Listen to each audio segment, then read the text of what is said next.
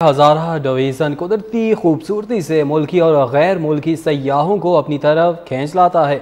बालाकोट का सियाहती मकाम भी यहाँ के खूबसूरत नज़ारे देखकर आपका दिल झूम उठेगा। इस दिलफरेब और दिलकश मनाजर रखने वाले मकाम भी यहाँ की सैर करवा रहे हैं।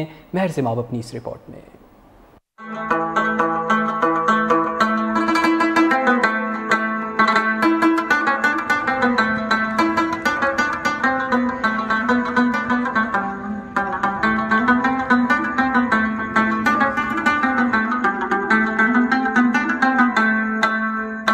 बालाकोट को सियाहती मकामात का गेटवे भी समझा जाता है।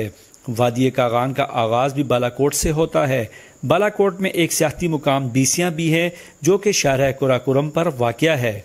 यहाँ पर खूबसूरत पहाड़ी सिलसिले में बीसियाँ के मुकाम पर पहाड़ के दामन में छोटी छोटी आबशारें और झीलें देखकर इंसान कुदरती नज़ारों की तारीफ किए बिना रह नहीं सकता।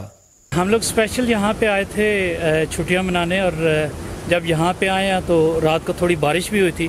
और ये आबशार देखिए, बहुत प्यारा और बहुत साफ़ सुथरा पानी। और अभी हमने पीछे भी देखा है, दो जगह पे आबशार बहुत साफ़ पानी था।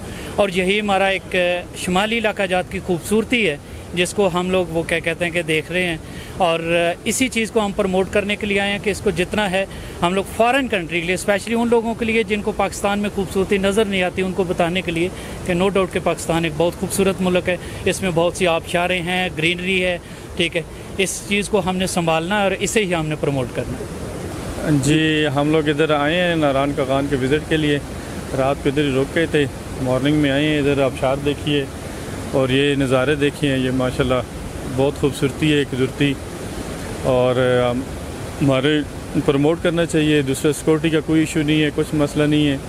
बहुत अमन पुरसकून सफ़र कर रहे हैं हम लोग और इन्जॉय कर रहे हैं। कोई आदमी रोकने वाला नहीं है, पूछने वाला नहीं है। अपनी खूबसूरती को इन्जॉय कर रहे हैं और मज़ा आ रहा है इस सफ़र में।